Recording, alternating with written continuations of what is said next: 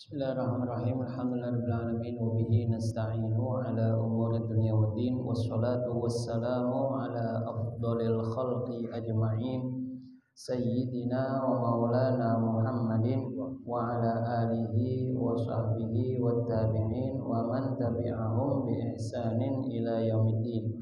Subhanaka la ilma lana illa ma 'allamtana innaka antal alimul hakim. Allahumma ja'alna minal ladzina yastami'una al-qawla fayattabi'una ahsanah.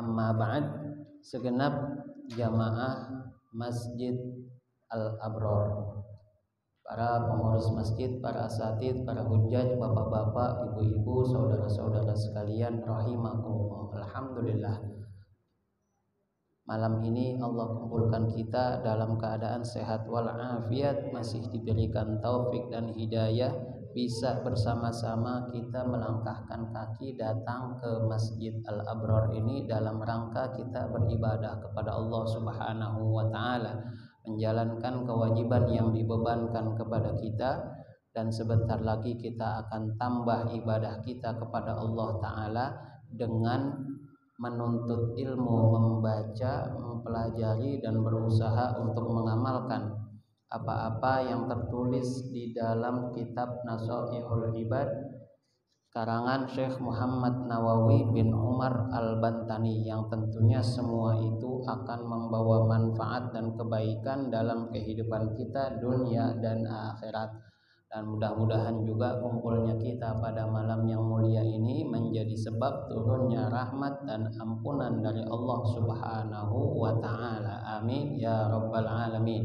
Shalawat dan salam tak lupa kita haturkan kepada junjungan kita Nabi besar Muhammad sallallahu alaihi wa alihi wa sahbihi wasallam, beserta para keluarganya, para sahabatnya, dan orang-orang yang senantiasa berjuang di jalannya. Baik jamaah sekalian, kita lanjutkan pengajian kita membaca kitab Nashaihul Ibad, masih di bab-bab yang berbicara tentang 5 hal yang kita akan menyelesaikan maqalah yang ketiga. Ya, karena terakhir kita membahas maqalah yang ketiga tetapi belum selesai kita baca. Maka malam ini kita akan lanjutkan pembahasan tentang maqalah yang ketiga di bab yang 55 yang ada di halaman 113 di kitab yang merah, dan di kitab yang biru halaman 61. Bismillahirrahmanirrahim. Qala al-muallifu rahimahullahu ta'ala wa adaman naf'a bihi wa bi barakati ulumihi wa bikum fid daraini amin. Qala radhiyallahu ankum.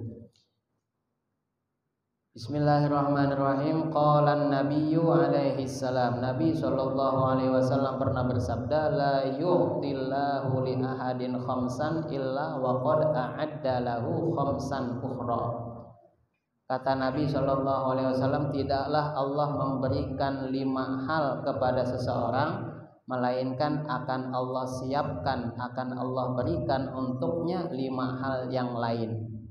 Yang pertama, la yu'tihi syukra illa wa qad a'adda lahu ziyadah. Tidak Allah berikan, tidak Allah anugerahkan kepada seseorang rasa syukur atas nikmat, melainkan akan Allah persiapkan untuk orang tersebut tambahan dari nikmat yang diberikan oleh Allah Ta'ala kepada dia. Wala yu'tihi du'a illa wa qad a'adda lahul istijabah. Dan tidak Allah berikan seseorang kemampuan untuk berdoa, melainkan akan Allah siapkan untuk dia jawaban, pengkabulan dari doa yang dia panjatkan.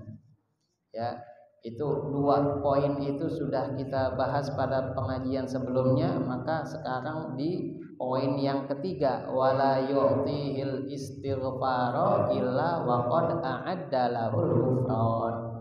Tidaklah Allah berikan kepada seseorang dia beristighfar, meminta ampun kepada Allah Subhanahu wa taala, melainkan akan Allah siapkan, berikan untuknya ampunan itu. Ya, qala Allah Ta'ala berfirman, istaghfiru rabbakum innahu kana ghaffara. Ya, istaghfiru rabbakum, mintalah ampun kepada Tuhan kalian, innahu kana ghaffara, sesungguhnya Tuhan Allah Ta'ala adalah Tuhan yang maha pengampun. Ya, kita punya dosa banyak apa dikit? Banyak. Ya, kalau ada orang bilang dosanya dikit, apalagi sampai ada orang ngomong dia nggak punya dosa, aneh sih, alhamdulillah dosa nggak punya. Berarti itu orang nggak tahu dosa. Ya, karena nggak ada yang namanya manusia yang nggak punya dosa kecuali para nabi. Kita nih bukan nabi, maka udah pasti kita punya dosa. Ya, nggak sekedar punya dosa, banyak dosa kita. Gudangnya dosa. Ya, hari-hari kita dari mulai melek mata sampai merem mata, ini berapa dosa yang udah kita lakukan. Ya, kalau saya tanya kepada Bapak Ibu sekalian, ya, dari mulai buka mata, melek mata, bangun tidur tadi pagi sampai sekarang, ini berapa banyak ibadah yang udah dikerjain? Bisa dihitung nggak? Ibadah dari mulai melek mata, bangun tidur sampai sekarang. Kira-kira kalau disuruh sebutin apaan aja ibadah yang udah kita kerjain, bisa kita sebutin nggak? Bisa. Kalau yang baik-baik tuh kita inget, kerjaan baik yang kita lakukan kita inget, tapi kerjaan jelek yang kita kerjain nggak kita ingat. Oh, tadi mulai bangun tidur, ya, bangun tidur langsung baca doa bangun tidur. Doa bangun tidur apaan? Allahumma barik lana bima, itu doa apa ya? Makan yang diurusin. Kalau doa makan udah apal deh, bangun tidur tuh. Ya, kadang-kadang tuh orang tua ngajarin anaknya begitu, dijejelin anaknya. Ya, alhamdulillahilladzi ahyana ba'dama amatana wa ilaihin nusyur. Kalau mau tidur, Bismikallahumma ahya wa bismika amut.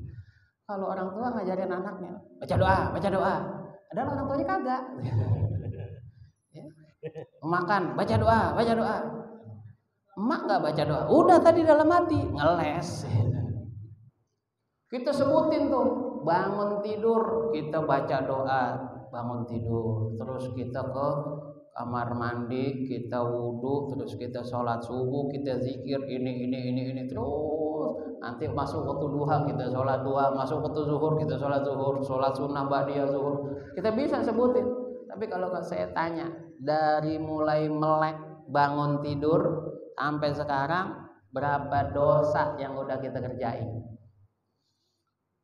Ya, enggak ada dosa, ya nggak tahu dosa berarti. Ya. Mau ngaji ke sini aja tuh, mau ngaji, ya itu, ya berdosa. Ya. Mau ngaji ke sini, pakai baju koko, pakai peci, pakai sarung, ya. Berangkat ke Masjid Al-Abror, ya. Di perjalanan ngeliatin perempuan, loh. Gitu ya. Siapa yang gitu? Ada nggak di situ yang begini? Mau ngaji ke sini tuh naik motor ngeliatin perempuan, siapa tuh? Aneh gitu, siapa lagi? Gitu. Saya tuh Pak datang ke Al-Abror gitu ya, ngeliat perempuan pakai rok mini banget, nungging dikit aja, perabotannya kelihatan. Dosa nggak tuh? Rezeki.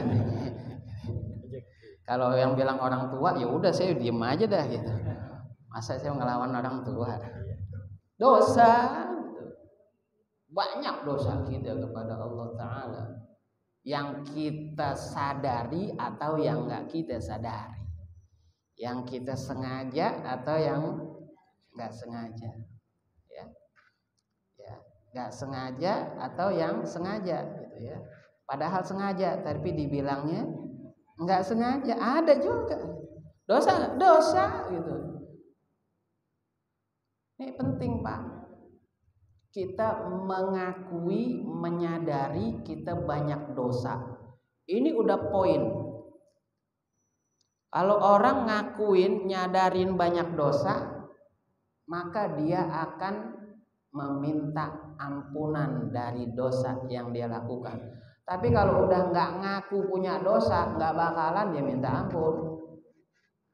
Makanya yang penting tuh ngaku dulu kita punya dosa. Kalau udah ngaku, maka yang harus kita lakukan minta ampun, istighfar, banyakin istighfar kepada Allah Ta'ala. Ya, diampunin nggak? Diampunin. Sebanyak apapun dosa kita, kalau kita minta ampun pasti diampunin sama Allah Ta'ala.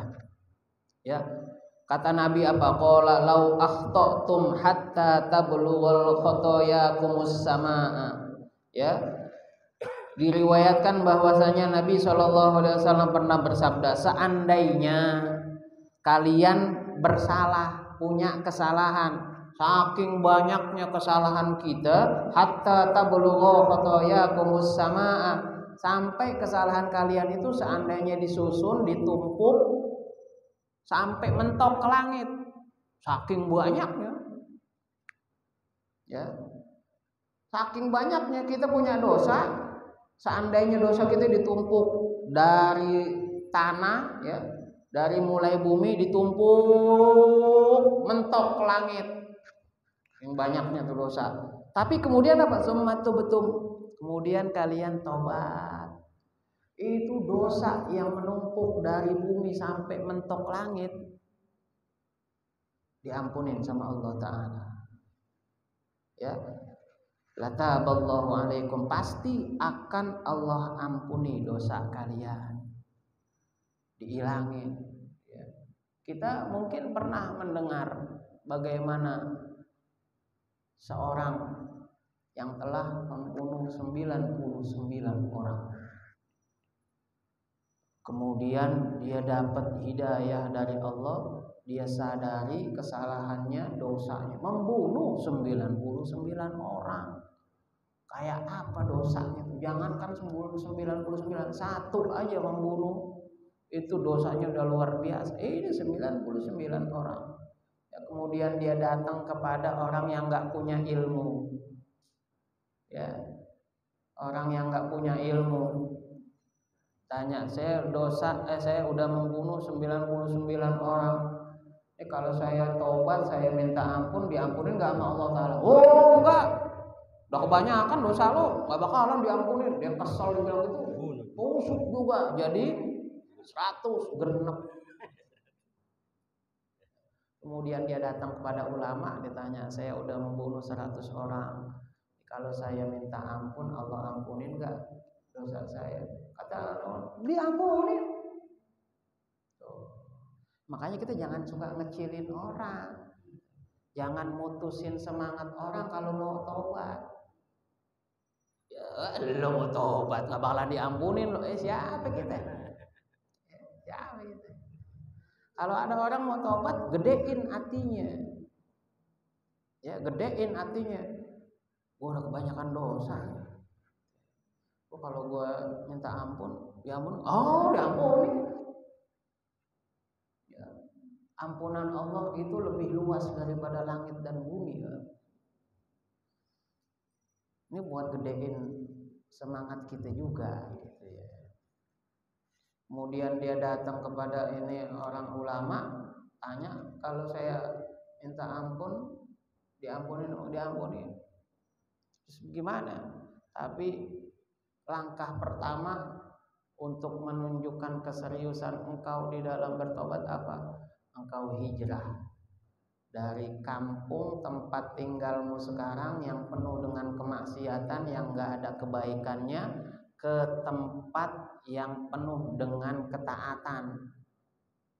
Karena kalau masih di tempat itu nanti maksiat lagi, udah hijrah deh.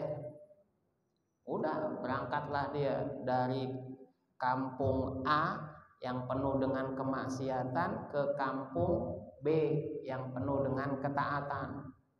Di perjalanan sampai ketentuan Allah Ta'ala, mati, dicabut nyawanya. Maka kemudian dua malaikat, malaikat rahmat dan malaikat azab ini berebutan mau ngambil nih orang. Kata malaikat rahmat, ini gue yang bawa, cara kita gitu deh ya, gue yang bawa karena ini orang udah mau tobat, udah mau minta ampun, udah mau berhenti dari melakukan perbuatan maksiat. Kata malaikat azab, enggak, ini jatah gue mau rejeng nih orang. Kenapa? Dia emang udah berangkat, udah ninggalin kota maksiatnya, tetapi dia belum ngerjain ibadah, baru mau pergi doang ya, tapi belum sampai tempat tujuan, belum ngerjain ibadah satupun. Akhirnya satu lagi malaikat turun jadi penengah. Udah, daripada ente berdua berantem ya, masa malaikat berantem kan gak lucu gitu. Dah, jalan tengahnya ukur mana yang lebih dekat jaraknya dari tempat dia mati. Mana yang lebih dekat jaraknya? Kalau lebih dekat ke kampung asalnya, kampung maksiat, maka dia dibawa sama malaikat azab. Tapi kalau jaraknya lebih dekat ke kampung tujuannya, kampung taat, maka dia dibawa sama malaikat rahmat. Ukur pakai meteran gulung tuh, ditancepin. Mana yang lebih dekat jaraknya? Ternyata lebih dekat jarak ke kampung taat. Bedanya, selisihnya apa? Sejengkal.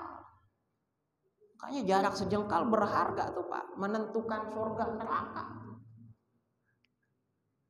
Dalam riwayat lain sebenarnya lebih dekat ke kampung maksiat, tapi karena niatan dia mau tobat, dilipat bumi sama Allah Ta'ala sehingga dia lebih dekat jaraknya ke kampung taat ya. Padahal dia belum ngerjain apa-apa tuh.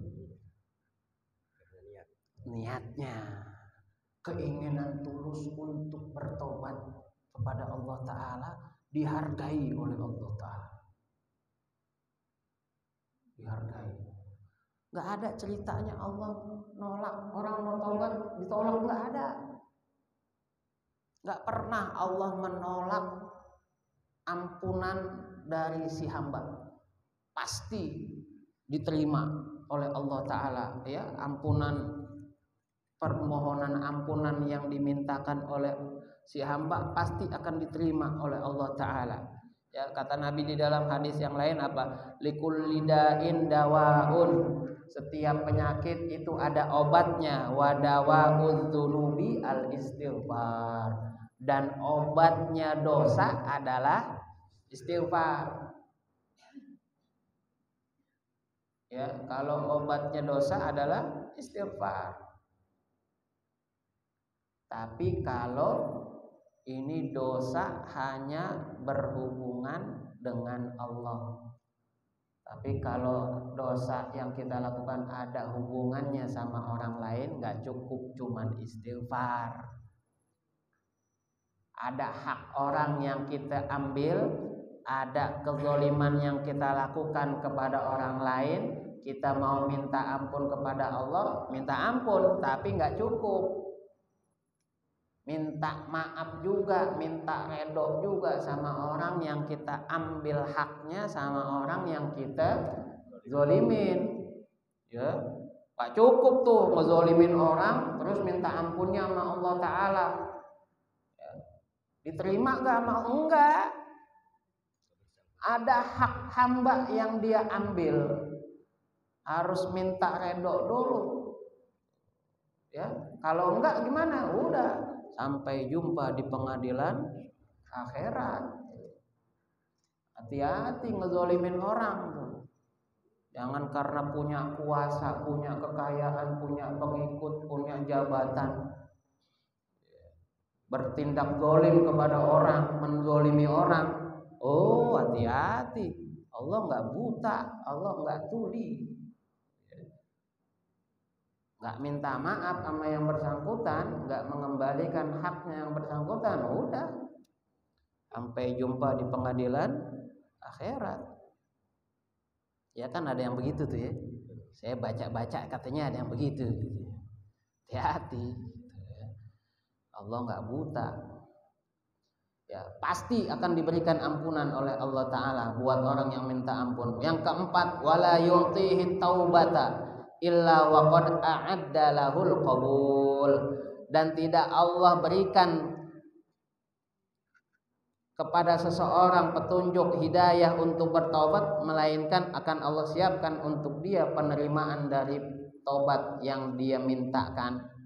Ay qabulut taubah. Ruwiya annahu sallallahu alaihi wasallam qala maktubun haulal arsy qabla an tukhlaqad dunya bi arba'ati alafi amin. Ya, diriwayatkan bahwasanya Nabi sallallahu alaihi wasallam pernah bersabda, maktubun tertulis haulal arsy di sekeliling arsy-Nya Allah Ta'ala, qabla an tukhlaqad dunya sebelum diciptakannya dunia, bi arba'ati alafi amin 4000 tahun. 4000 tahun sebelum Allah menciptakan dunia itu di sekeliling arsy ada tulisan, kata Nabi. Tulisannya apa? Wa inni laghaffarun liman taba wa amana wa amila sholihan tsumma tada. Dan sesungguhnya aku, kata Allah Ta'ala, laghaffarun, maha pengampun. Buat siapa maha pengampunnya? Liman taba, buat orang yang bertobat.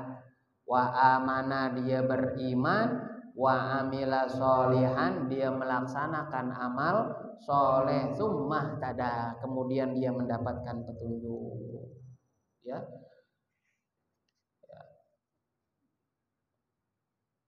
Banyak-banyak bertobat. Ya. Banyak-banyak istighfar. Ya. Nabi, ya, Nabi walaupun beliau itu terbebas dari dosa yang lalu maupun yang akan datang, tapi tetap dalam rangka memberikan pelajaran kepada kita, itu enggak kurang 70 kali Nabi istighfar. Dalam riwayat lain 100 kali setiap hari. Nah, kita berapa banyak istighfar yang kita baca? Ya. Apa tuba summa tuba summa tuba liman wajada fi sahifatihi istighfaran katsira. Beruntung, beruntung, beruntung. Siapa yang beruntung? Orang yang nanti pada hari kiamat dapat catatan. Kita kan nanti dikembaliin tuh, Pak. Dikasih catatan amal kita. Apa saja yang sudah kita lakukan di dunia tuh dikasih nanti. Ada yang nerima pakai tangan kanan, ada yang nerima pakai tangan tuh. Kode tuh, ya. Tanda-tanda tuh. Nerima pakai tangan kanan, nah orang baik nih. Kalau nerimanya pakai tangan kiri, ntar yang beruntung siapa? Ya, istighfar, istighfar, istighfar, istighfar, istighfar. Oh, banyak. Tiap malam dibaca istighfar. Mau tidur baca istighfar terus. Kita malam-malam ngapain? Bangun tidur, dikasih catatan, kencing, kencing, kencing. Karena setiap malam kencing doang, agak ngapa-ngapain. Ya udah isi kitab catatannya udah kencing, kencing, kencing, kencing. Ya. Istighfar, masa kagak bisa? Tinggal nganga doang. Ya istighfar gimana? Bayar berapa baca istighfar? Hah? Bayar berapa baca istighfar? Nganga nggak mau juga kan kebangetan. Nganga paham nggak? Ya, masa nggak mau juga tuh. Hatta Nabi 70 kali nggak kurang setiap hari. Gitu. Makanya ada tuh ulama-ulama yang menjadikan istighfar sebagai wirid yang dia baca setiap hari. Ya, setiap harinya setiap 100 kali. Yang kelima, yang terakhir, wala yu'tihis shadaqata illa wa qad a'adda lahu taqabbula. Dan tidaklah Allah berikan kepada seseorang kemampuan untuk bersedekah, melainkan akan Allah siapkan untuk dia penerimaan, ya, dari sedekah yang dia lakukan. Ai husulal qabul, diterima sedekahnya. Ya. Ruwiya annahu sallallahu alaihi wasallam qala, diriwayatkan bahwasanya Nabi sallallahu alaihi wasallam pernah bersabda, kullu mri'in fi dhilli shadaqatihi hatta yuqda bainan nas. Nanti nih hari kiamat setiap orang itu berada di bawah naungan sedekahnya. Nanti di padang mahsyar itu keadaan luar biasa, panas, ya, nggak ada naungan, bawa payung gitu ya, mati. Jangan lupa nanti gua mati, pesen gitu, ya, taruh payung di samping gua biar gua nggak kepanasan gitu. Nggak bisa nyari halte busway nanti di sana, nggak ada. Nah, kalau kita mau nggak kepanasan, apa ini yang dibilang sama Nabi? Kullu mri'in fi dhilli shadaqatih. Setiap orang itu berada di bawah naungan sedekahnya. Tambah banyak sedekahnya, tambah gede, tambah lebar, tambah luas naungan buat dia nanti di akhirat. Sampai kapan dia begitu? Hatta yuqda bainan nas, sampai Allah memberikan ketetapan di antara manusia. Ya. Wa ruwiya annahu sallallahu alaihi wasallam qala, dan diriwayatkan bahwasanya Nabi sallallahu alaihi wasallam pernah bersabda, ma min abdin, tidak ada seorang hamba, tasaddaqa, dia bersedekah, bi shadaqatin, dengan satu sedekah, ya batari biha wajhallahi, ya, yang sedekah itu dia lakukan mengharapkan semata-mata ditujukan karena Allah Ta'ala. Illa qala Allahu yaumal qiyamah, melainkan nanti pada hari kiamat Allah akan berkata, abdi rojautani, wahai hambaku, engkau mengharapkan balasan dariku, falan uhqiroka, maka aku tidak akan menghinakanmu. Haramtu jasadaka 'alan nar, aku haramkan badanmu masuk ke dalam neraka. Wadkhul min ayyi abwabil jannati syi'ta, dan masuklah engkau ke dalam surga dari pintu mana saja yang engkau inginkan. Suruh milih pintu surga banyak, pilih mau masuk dari pintu surga yang mana. Ya, sedekah tuh Pak, banyakin, dan jangan merasa minder. Ya, kata Nabi apa? Ittaqun naro walau bisyiqqi tamrah. Ya, takutlah kalian kepada api neraka walaupun hanya dengan setengah dari korma.